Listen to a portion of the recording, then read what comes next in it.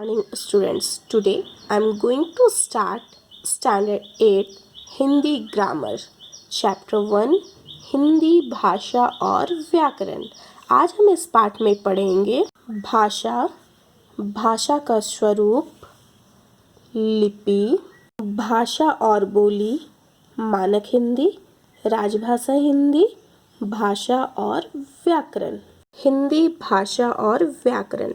सबसे पहले हम हिंदी भाषा के बारे में पढ़ते। मनुष्य एक सामाजिक प्राणी है जो भाषा के माध्यम से अपना और अपने समाज में ज्ञान विज्ञान का विकास कर सकता है। भाषा के अभाव में समाज की कल्पना भी कर पाना असंभव है।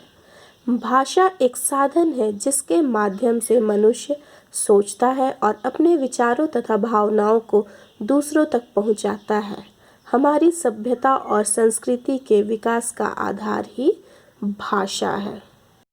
भाषा विचारों के आदान प्रदान के सबसे सुगम साधन को भाषा कहते हैं, अर्थात अपने मन की बातों को दूसरों तक व्यक्त करने के लिए जिस साधन का प्रयोग करते हैं उसे हम भाषा कहते हैं।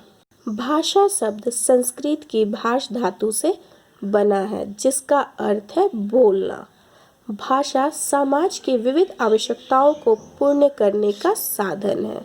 नेक्स्ट टॉपिक इज भाषा का स्वरूप, अर्थात भाषा के रूप। भाषा के दो रूप है, लिखित और मौखिक। जैसे कि नाम से ही पता चल रहा है, लिखित यानी लिखा हुआ, मौखिक यानी मुख से बोला गया। इस चित्र में हम देख सकते हैं ये बालक यहाँ पे पत्र लिख रहा है, यानी ये लिखित भाषा है। ये तथा दूसरे चित्र में हम देख रहे हैं ये बालिका जो है ये पत्र पढ़ रही है, यानी अर्थात यह मौखिक भाषा। लिखित भाषा जिस भाषा में अपने भावों या विचारों को अभिव्यक्त करने के लिए लिपि चिन्हों या अक्षरों का प्रयोग किया जाता है वह भाषा लिखित भाषा कहलाती है। यह भाषा का औपचारिक रूप होता है तथा स्थायी होता है।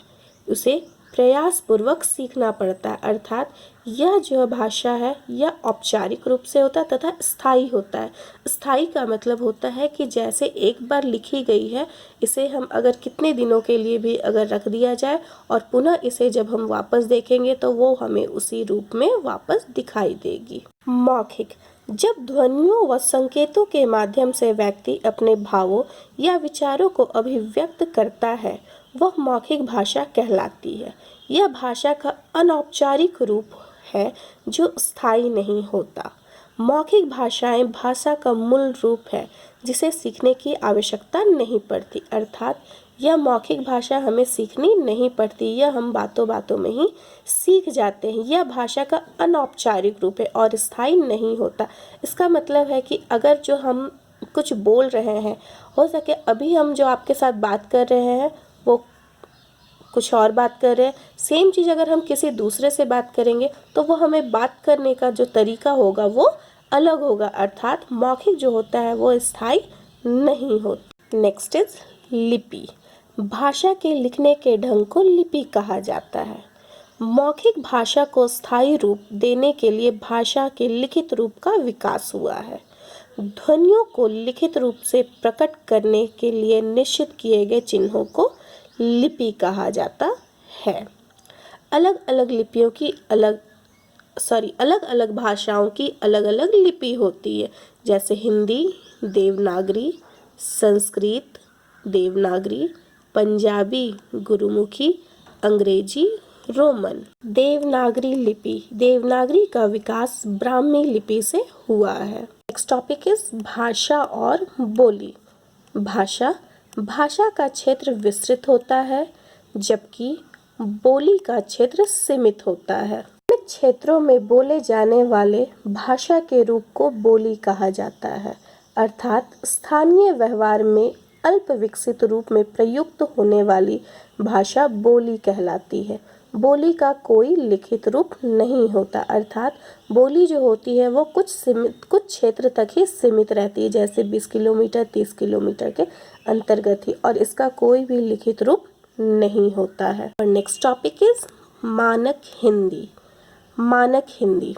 हिंदी का वह रूप जो हिंदी की पुस्तकों, समाचार पत्र, पत्रिकाओं, आकाशवाणी तथा दूरदर्शन पर प्रस्तुत किया जाता है, उसका मानक रूप होता है। अर्थात इसमें हम एग्जाम्पल देख सकते हैं कि यहाँ पे बहुत सारे समाचार पत्रों का चित्र दिया गया। ये समाचार पत्र की जो भाषाएं हैं, लिखने की जो शैली है, इसे ही हम मानक हिंदी कहते हैं। समाचार पत्र, ये हमारे पास जो हमारी बुक है ये, तथा आकाशवाणी, दूरदर्शन यानी टीवी पे जो प्रस्तुत होने वाले समाचार होते हैं वो भी मानक हिंदी में ही होते हैं। नेक्स्ट इज राजभाषा हिंदी। जैसा कि हम लोगों को पता है, हिंदी हमारी राजभाषा है। आज विश्व की सबसे अधिक बोले जाने वाली भाषाओं में हिंदी का दूसरा स्थान है, यानी हिंदी का स्थान क्या है? दूसरा स्थान है। 14 सितंबर 1949 में भारत सरकार ने इसे राजभाषा के रूप में स्वीकार किया था। अर्थात 14 सितंबर, हर साल 14 सितंबर को हम हिंदी दिवस के रूप में मनाते हैं। आवर नेक्स्ट टॉपिक इज भाषा और व्याकरण। जैसे कि भाषा हम लोगों ने पहले ही पढ़ लिया है और क्या पढ़ा है? अपने मन के भावों को व्यक्त करने के लिए जिस साधन का प्रयोग करते हैं उसे हम भाषा कहते हैं। और नेक्स्ट इज व्याकरण। व्याकरण वह शास्त्र है जिसकी सहायता से हम भाषा को शुद्ध पढ़ने, लिखने तथा बोलने का ज्ञान प्राप्त करते हैं। अर्थात व्याकरण के माध्यम से ही हम शुद्ध बोलना, लिखना तथा पढ़ना सीखते हैं। नेक्स्ट इज भाषा के अंग। भाषा के 3 अंग है, वर्ण, शब्द और वाक्य। इसे याद करना बहुत ही इजी है। सबसे पहले हम क्या सीखते हैं? वर्ण। वर्णों से ही हम शब्द बनाना सीखते हैं और शब्द से ही हम वाक्य बनाना सीखते हैं। अर्थात भाषा के 3 अंग है, वर्ण, शब्द और वाक्य। नेक्स्ट इज व्याकरण के अंग। जिस तरह हम लोगों ने भाषा के 3 अंग पढ़ा है, उसी प्रकार व्याकरण के भी 3 अंग है, वर्ण विचार, शब्द विचार और वाक्य विचार। वर्ण विचार भाषा के वर्णों अथवा अक्षरों के रूप, उच्चारण तथा एक दूसरे से संयुक्त करने के नियम वर्ण विचार में होते हैं। नेक्स्ट शब्द विचार, शब्दों की बनावट, उसका रूप, भेद और प्रयोग के नियम शब्द विचार में मिलते हैं। नेक्स्ट वाक्य विचार, वाक्यों की बनावट के नियम वाक्य विचार में दिए जाते हैं। अर्थात एक बार आप फिर से दोबारा से आप चैप्टर को पढ़ेंगे और पढ़ने के बाद प्रश्नों के उत्तर आप अपने बुक में ही लिखिएगा।